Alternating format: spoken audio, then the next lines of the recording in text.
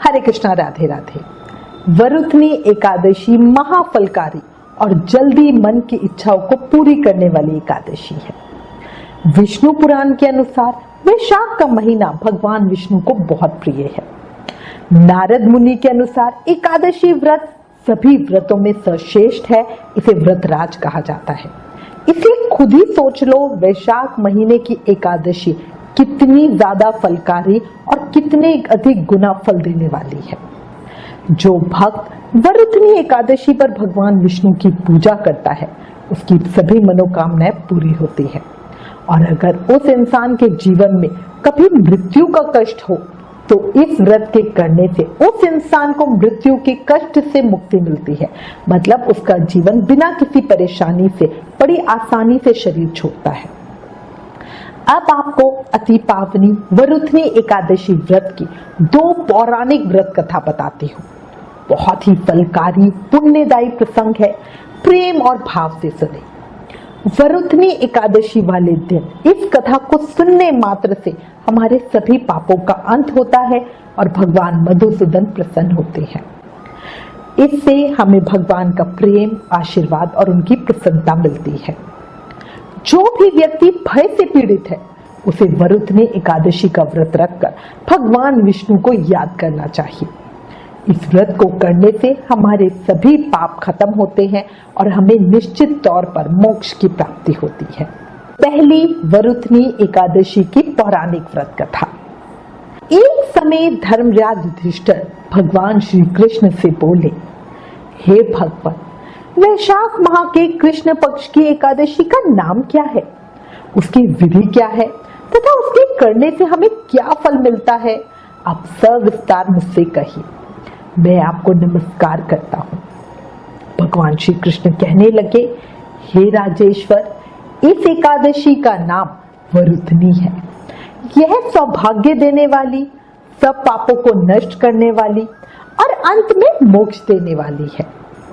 इस व्रत को यदि कोई अभागिन स्त्री करे तो उसे निश्चित रूप से सौभाग्य मिलता है। वरुथनी एकादशी के प्रभाव से ही राजा मद्धांता को स्वर्ग की प्राप्ति हुई थी। इसी प्रकार धुंधमार आदि भी स्वर्ग को गए थे।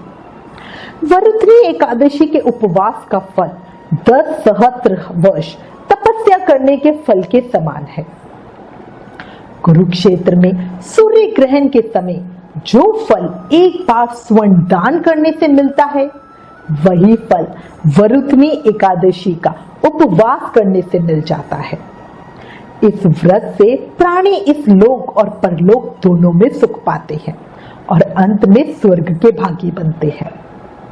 शास्त्रों में कहा गया है कि घोड़े के दान से हाथी का दान श्रेष्ठ है और हाथी के दान से भूमि का दान श्रेष्ठ है। इससे भी श्रेष्ठ तिलों का दान है। तिलों के दान से श्रेष्ठ स्वर्ण का दान है और स्वर्ण के दान से श्रेष्ठ है अन्नदान। संसार में अन्नदान से श्रेष्ठ कोई भी दान नहीं है। अन्नदान से पितृ, देवता, मनुष्य भी तृप्त हो जाते हैं। कन्यादान को शास्त्रों में अन्नदान के समान बताया गया है। वरुथनी एकादशी के व्रत से अन्नदान तथा कन्यादान दोनों श्रेष्ठ दानों का फल मिलता है। जो मनुष्य लालचवश कन्या का धन ले लेते हैं या आलस्य और काम चोरी के कारण कन्या के धन का भक्षण करते हैं, वे प्रलय के अंत तक नरक भोगते रहते हैं या उनको अगले जन्म में बिलाव योनि में जाना पड़ता है। जो प्राणी प्रेम से तथा यज्ञ सहित कन्या दान करते हैं, उनके पुण्य को चित्रगुप्त भी लिखने में असमर्थ हो जाते हैं। जो प्राणी इस वरुथनी एकादशी का उपवास करते हैं, उन्हें कन्या दान का फल प्राप्त होता है। वरुथनी एकादशी का व्रत करने वाले को दशमी के दिन से कुछ वस्तुओं का त्याग करना चाहिए। ये वस्तुएं हैं कांसे के बर्तन में भोजन करना, मांस खाना, मसूर की दाल, चना, कोदो, शाक, मधु यानी शहद, दूसरे का अन्न, दूसरी बार भोजन करना, इन बातों का त्याग करना चाहिए। व्रती को पूर्ण ब्रह्मचार्य से रहना चाहिए।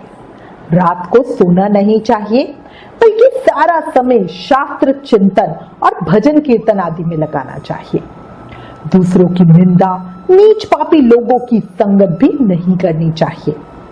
क्रोध करना या झूठ बोलना भी वर्जित है। तेल तथा अन्न भी नहीं खाना चाहिए। हे राजन, जो मनुष्य इस एकादशी का व्रत विधान पूर्वक करते हैं, उन्हें स्वर्गलोक की प्राप्ति होती है। मनुष्य को निकृष्ट कर्मों से डरना चाहिए। इस व्रत के महत्तम को पढ़ने से 1 सहस्त्र गोदान का पुण्य मिलता है। इसका फल गंगा स्नान करने के फल से भी अधिक होता है। अब मैं तुम्हें इसकी एक प्राचीन कथा सुनाता हूं, ध्यान से सुनो। मां नर्मदा नदी के तट पर एक राज्य था, जिसके राजा मधांता थे। वो अत्यंत दानशील तथा तपस्वी थे। वो एक पुण्य आत्मा थे, साथ ही भगवान विष्णु के अनन्य भक्त थे। एक समय राजा ने भगवान विष्णु की तपस्या करने का सोचा और जंगल में चला गया। वहां उसने एक विशाल बरगद के वृक्ष के नीचे अपना आसन लगाया और तपस्या में लीन हो गया। एक दिन जब वो तपस्या कर रहा था, तभी ना जाने कहां से एक जंगली भालू आया और राजा का पैर चबाने लगा। राजा दृढ़ निश्चय के साथ अपनी तपस्या में लीन रहा। कुछ देर बाद पैर चबाते चबाते भालू राजा को घसीटकर पास के जंगल में ले गया। राजा बहुत घबराया, मगर तपस्वी धर्म का पालन करते हुए उसने क्रोध और हिंसा ना करके भगवान विष्णु से रक्षा की प्रार्थना की और करुण भाव से भगवान विष्णु को पुकारने लगा। भक्त की पुकार सुनकर भगवान विष्णु ने अपने सुदर्शन चक्र से भालू को मारकर अपने भक्त की रक्षा की। राजा का पैर भालू लगभग खा ही चुका था। राजा को बहुत पीड़ा हो रही थी, वो बहुत दुखी भी हो रहा था। उसे दुखी देखकर भगवान विष्णु बोले, हे वत्स, शोक मत कर। तुम मथुरा जाओ और वैशाख मास के कृष्ण पक्ष की वरुथनी एकादशी का व्रत रखकर मेरी वराह अवतार की पूजा करो। इसके प्रभाव से तुम पुनः सुदृढ़ अंगों वाले हो जाओगे। इस भालू ने जो कुछ तुम्हारे साथ किया, वो तुम्हारे पिछले जन्मों के पाप कर्मों का ही फल है। इस एकादशी के व्रत पूजा से तुम सभी पापों से मुक्त हो जाओगे। भगवान की आज्ञा मानकर राजा मधांता ने मथुरा जाकर श्रद्धा पूर्वक वरुथनी एकादशी का व्रत किया। इसके प्रभाव से राजा शीघ्र ही पुनः सुंदर और संपूर्ण अंगों वाला हो गया। व्रत के प्रताप से राजा की कीर्ति भी चारों ओर फैल गई और उसका राज्य समृद्ध राज्य बन गया। इसी एकादशी के प्रभाव से राजा मधांता अपने जीवन को भोगकर स्वर्ग को गए थे।